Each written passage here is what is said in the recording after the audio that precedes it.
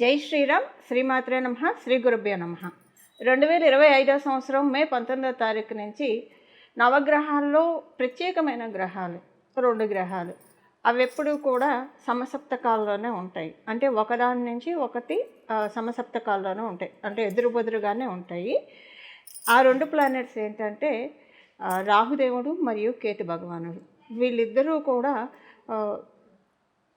ఎప్పుడు సమసప్తకాల్లోనే ఉంటారు, వక్రగతిలోనే ఉంటారు, ఎప్పుడు కూడా కాలచక్రంలో కాలపురుషుడు కుండలిలో.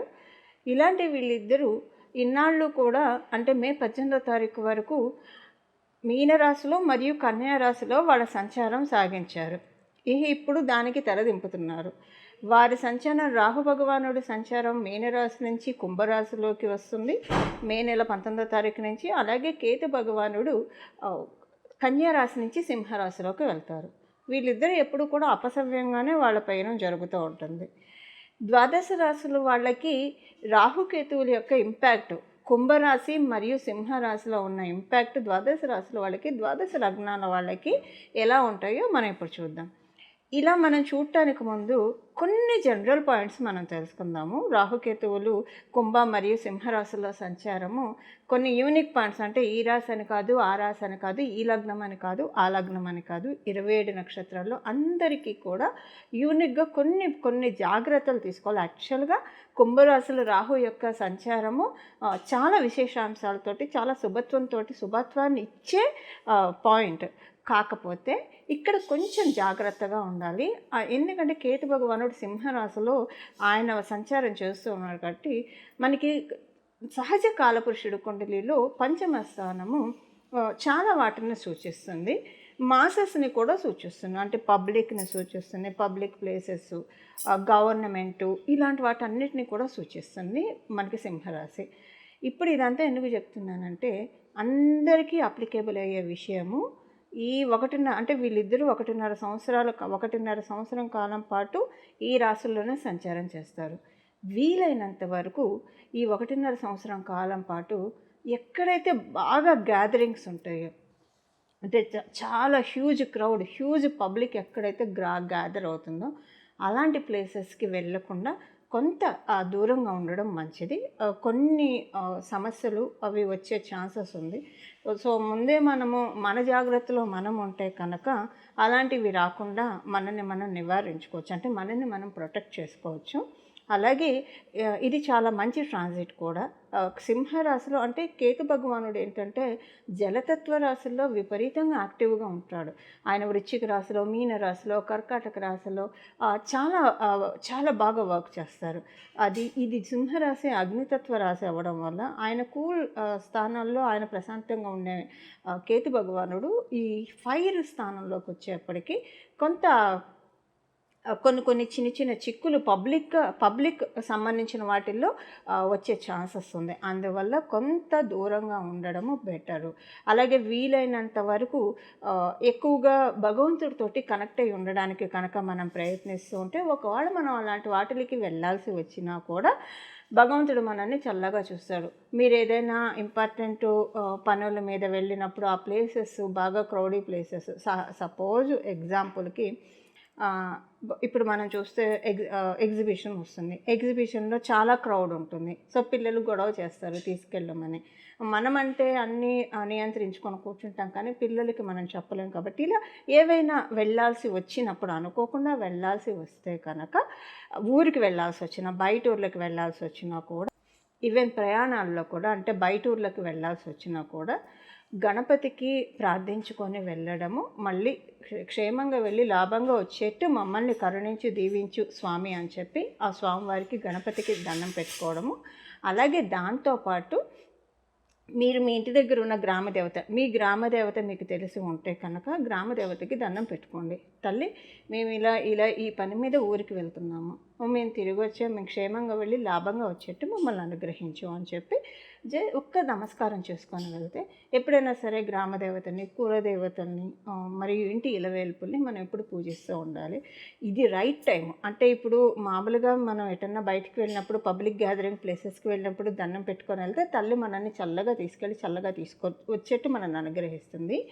దానితో పాటుగా మామూలుగా కూడా కేతు భగవానుడు పంచమ స్థానంలో ఉండడం వల్ల మన వంశపారంపర్యంగా మన ఇంట్లో జరుగుతున్న ఆచారాలు అంటే మన పెద్దల్ని అడిగి తెలుసుకొని వాళ్ళు ఏ ఏ దేవతల్ని పూజించేవాళ్ళు, ఎక్కడైనా ఏదైనా బ్రేక్ అయిందా అది తెలుసుకొని కంటిన్యూ చేయడానికి ప్రయత్నిస్తే కనుక చాలా మంచిది. అసలు ఇలా ఏం మాకు తెలియదు అని అంటే గ్రామదేవతకి అలాగే ఇలవేలుపుకి ప్రతిరోజు కూడా దండం పెట్టుకోవడము వీలున్నప్పుడు. ఉదాహరణకి మీ ఇలవేలుపు సుబ్రహ్మణ్య స్వామి వారే అనుకోండి, ఉదాహరణకి మంగళవారం సుబ్రహ్మణ్య స్వామి వారి ఆలయానికి వెళ్ళి రావడము. ఇదంతా ఎందుకు చెప్తున్నానంటే కేతు భగవానుడు పంచమ స్థానంలో మంచి రిజల్ట్స్ మనందరికీ ఇవ్వాలంటే కనుక చాలా మంచి రిజల్ట్స్ ఆయన ఇవ్వగలుగుతాడు. కానీ దానికి మనము ఒక పిటిషన్ పెట్టుకోవాలి ఆయన దగ్గర. పిటిషన్ పెట్టుకుంటేనే దాన్ని ఆయన ఆమోదిస్తాడు. ఆయనకి పిటిషన్ మనం డైరెక్ట్గా ఇవ్వలేము.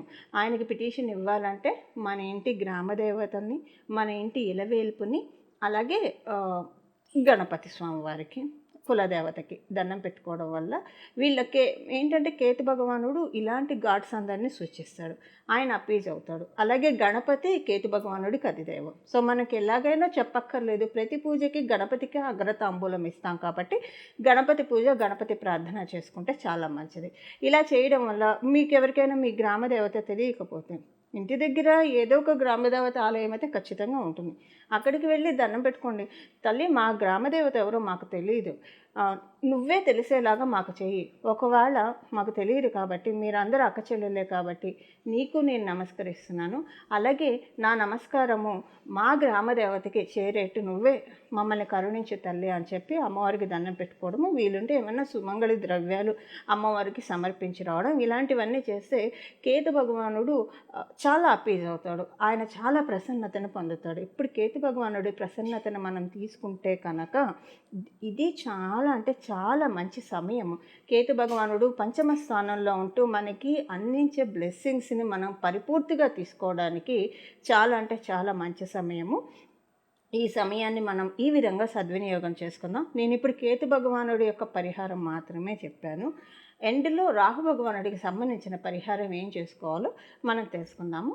ఇప్పుడు మీ రాశి వాళ్ళకి ఎలా ఉంటుందో చూద్దాము. సింహరాశి అలాగే సింహ లగ్నంలో పుట్టిన వాళ్ళకి రాహుకేతు దేవుళ్ళ యొక్క సంచారము ఫలితాలు మీ రాశిలోనే జరుగుతుంది. కేతు భగవానుడు మీ రాశిలో ఉన్నాడు లేదా మీ లగ్నంలో ఉన్నాడు. అలాగే రాహుదేవుడు మీకు సప్తమ స్థానంలో సంచారం చేస్తూ ఉన్నాడు. సో సమసప్తకాల్లో వీళ్ళ సంచారం సింహరాశి వాళ్ళకి జరుగుతుంది. ఎవరికైనా వాళ్ళిద్దరు సమసప్తకాలంలోనే సంచారం చేస్తారు. అయితే ఇప్పుడు మీకు ఒక ప్లస్ ఏంటంటే రాహు భగవానుడు సప్తమ స్థానంలో సంచారము సహజ కాలపురుషుడి కుండలిలో అది లాభస్థానం అయింది. అలాగే కేతు భగవానుడి యొక్క మీ రాశిలో సంచారము సహజ కాలపురుషుడి కుండలిలో అది పంచమ స్థానం అయింది. మంచి యాక్సెస్ పడింది రాహుకేతువులు ఇద్దరిది కూడా. అంటే 1 5 7 11 ఎక్కడైనా ఏ యాక్సెస్లో అయినా లాభస్థానం, ఇప్పుడు అందరికీ లాభస్థానం ఇన్వాల్వ్ అయ్యింది అనుకోండి. బట్ ఇక్కడ ఏంటంటే సింహరాశి సింహ లగ్నంలో పుట్టిన వాళ్ళకి అడిషనల్ పాయింట్స్ ఉన్నాయి. ఒకటి ఏంటంటే మీ రాశిలోనే వాళ్ళ సంచారం ఉంది, అంటే కేతు భగవానుడి సంచారం ఉంది. సింహ కుంభ రాశి వాళ్ళకి ఇది ఇంకొక అడిషనల్ బెనిఫిట్స్ని ఇస్తుంది. అది ఎలానో ఇప్పుడు నేను చెప్తాను. ఇప్పుడు 1 5 7 11 అందరికీ 11 కాంబో ఉంటుంది ఇప్పుడు. కాకపోతే మీకు 5 7 కూడా ఇందులో మిక్స్ అవ్వడం వల్ల, అందులో లగ్నం కూడా మిక్స్ అవ్వడం వల్ల ఎప్పుడైనా పంచమ స్థానము సప్తమ స్థానము ఈ రెండు ఇన్వాల్వ్ అయితే మంచిది. మీరు వివాహం కోసం మీరు అవివాహితులు వివాహం కోసం ప్రయత్నిస్తున్నారు, ది బెస్ట్ మ్యాచ్ మీకు వస్తుంది. రాహు భగవానుడే సెర్చ్ చేసి తీసుకొచ్చి ఇదిగో, మీరు ఒకవేళ ఆడవాళ్ళు అయితే ఇదిగో ఇంతకంటే మంచి వరుడు నీకు దొరకడు, దుర్భిణి వేసి గాలించిన దొరకడం చూపిస్తాడు. మీకు మగవాళ్ళు అయితే ఇంత అనుకూలవతి అయిన భార్య మీకు దొరకదు. అంటే అంత అనుకూలవతి అని కాకపోయినా the best match. Me credential అన్నీ మీరు ఏవేవైతే చూస్తున్నారో వాటన్నిటికీ కూడా చాలా దగ్గరగా ఉండే అమ్మాయిని మీకు ఇస్తాడనమాట. అంటే అంత బాగుంటుంది. అంటే ప్రతికూలంగా ఉండకపోతే సరిపోతుంది కదా. అనుకూలం మాట బాగా పక్కన పెట్టండి, ప్రతికూలంగా ఉండకుండా ఇద్దరు కూడా మ్యూచువల్ అండర్స్టాండింగ్తో ఉంటే బాగుంటుంది. అలాంటి వధువుని మీకు తెచ్చి పెడతాడు మీరు వివాహం కోసం ప్రయత్నిస్తుంటారు. మీరు వివాహితులు, మీకు వైవాహిక జీవితంలో ఏమన్నా పొరపచ్చాలు ఉంటాయి. ఇప్పుడు ఇదంతా బ్యూటిఫుల్గా సార్ట్ అవుతుంటుంది. మీకు తెలియకుండానే మీ స్పౌస్ వైపు మీ కనెక్షన్ ఎక్కువగా ఉంటుంది. ఒక అట్రాక్షన్ అనమాట. రాహు భగవానుడు ఏంటంటే మ్యాగ్నెట్. ఆయన సప్తమ స్థానంలో ఉంటూ అట్రాక్షన్ టువర్డ్స్ స్పౌస్కి ఆయన కలిగిస్తూ ఉన్నాడనమాట. వివాహం కాకపోతే కళత్రయోగానికి ఆకర్షణ, వివాహం అయి ఉంటే మీ యొక్క జీవిత భాగస్వామి పట్ల చాలా అట్రాక్షన్ని ఇప్పుడు మీకు కలిగిస్తూ ఉన్నాడు.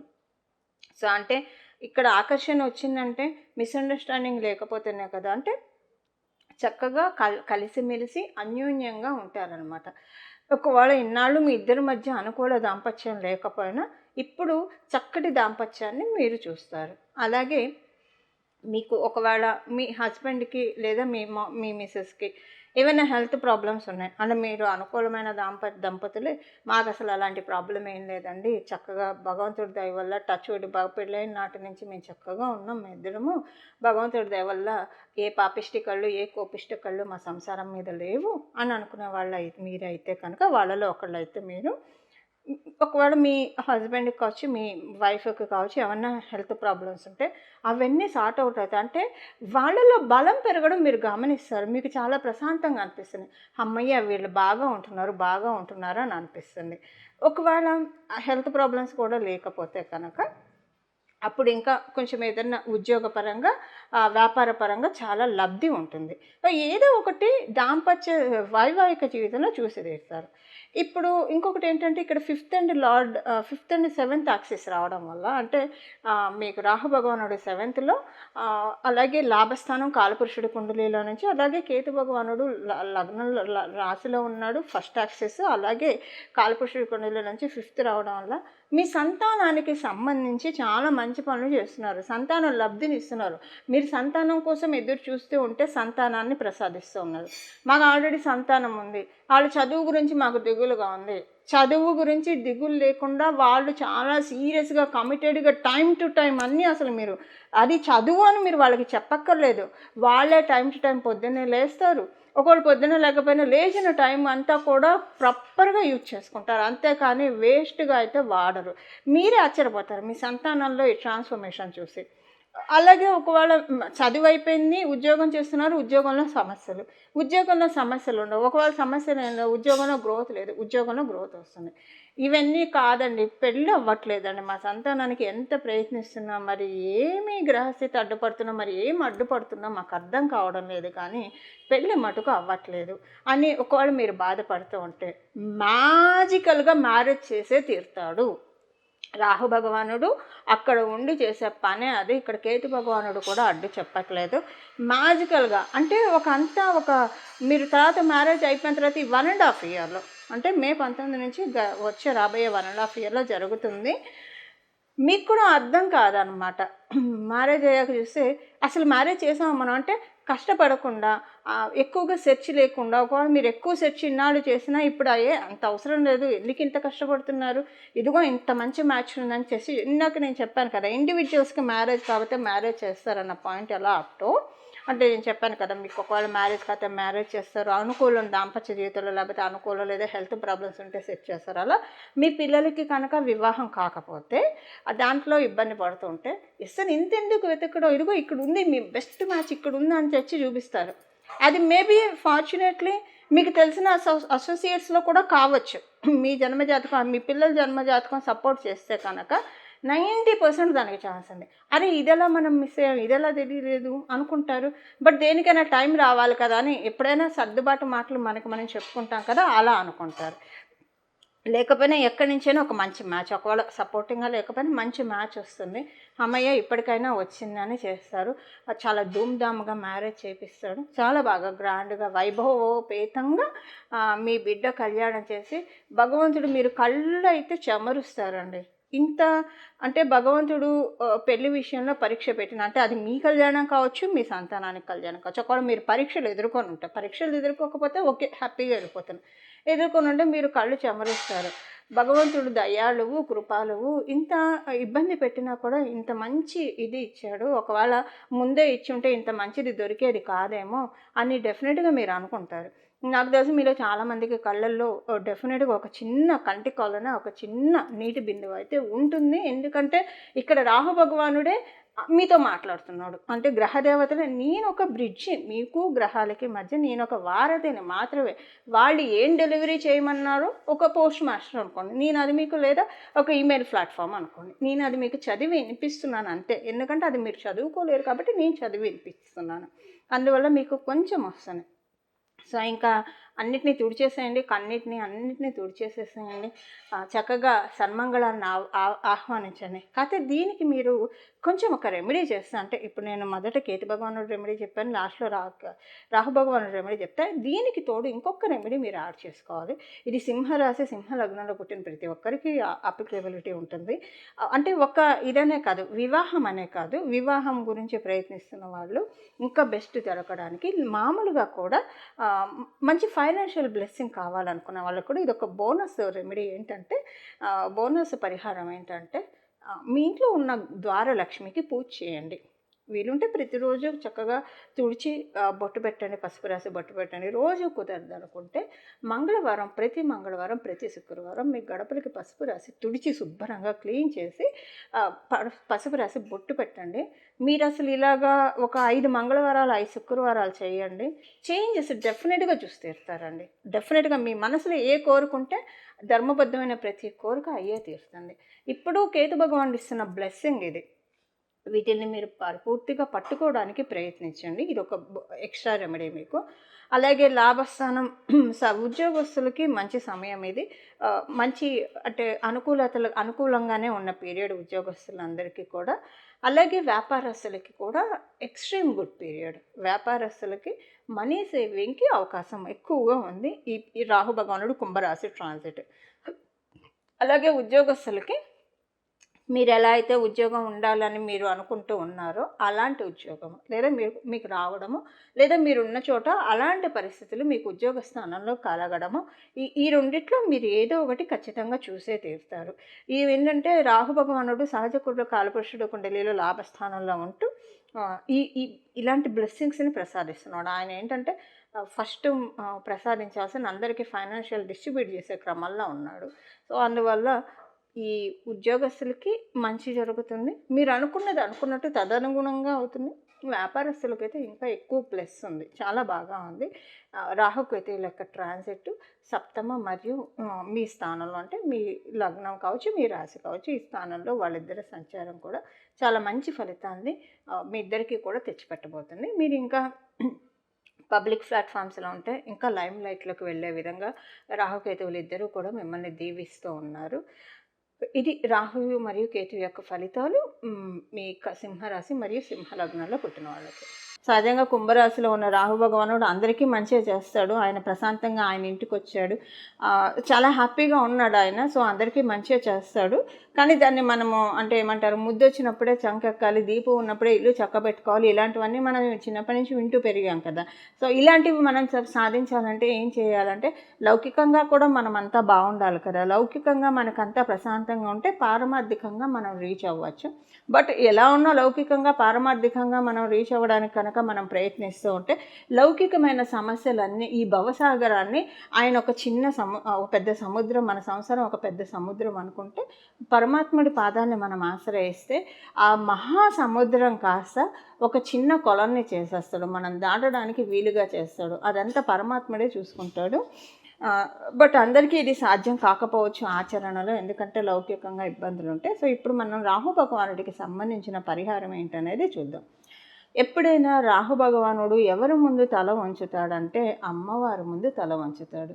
ఈ సంవత్సరంన్నర కాలం పాటు కూడా దుర్గా అమ్మవారి ఆరాధన, లలితా పరాభట్టారిక ఆరాధన, ఇలాగ లక్ష్మీ అమ్మవారి ఆరాధన, సరస్వతి అమ్మవారి ఆరాధన, గాయత్రి మంత్రం జపం చేసే వాళ్ళకైతే ఇంకా చెప్పక్కర్లేదు. గాయత్రి మంత్రం అనుష్ఠానం ఉంటుంది కాబట్టి చాలా మంచిది. ఇలా అమ్మవారిని పట్టుకోండి. ఏమీ తెలియదు, ఏదైనా ఒక నామాన్ని పట్టుకోవాలని అనుకుంటే కనుక శ్రీమాత్రే నమః, శ్రీమాత్రే నమః, శ్రీమాత్రే నమః అని మనసులో అనుకుంటూ ఉండండి. అలాగే దక్షిణామూర్తి స్వామివారిని ఆరాధించడము.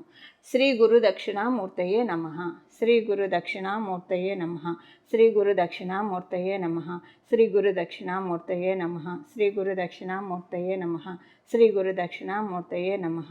ఇలాగా ఈ స్వామివారి నామాన్ని కనుక 24 అంటే మనసులో ఎప్పుడూ కూడా నామజపానికి తప్పు లేదు కాబట్టి మనసులో ఎప్పుడూ కూడా ధ్యానించుకుంటూ ఉండడం ద్వారా రాహుకేతువులు పంచమ స్థానంలో ఉన్న రాహుకేతువులు అందరికీ కూడా యోగకారకంగా ఉంటారు. అంటే మంచి ఫలితాన్ని లాభంలో ఉన్న కేతువు చాలా మంచి ఫలితాన్ని ఇస్తాడు. సో ఈ ఫలితాన్ని మనందరం కూడా తీసుకుందాము. ఇలా మనమందరం కూడా రాహుకేతు దేవుల యొక్క అనుగ్రహానికి పాత్రలు అవ్వాలని చెప్పి నేను కూడా మనస్ఫూర్తిగా మనందరి తరఫు నుంచి కోరుకుంటున్నాను. శ్రీ గురు దక్షిణామూర్తయే నమః. మంగళం. నమో భగవతే వాసుదేవాయ.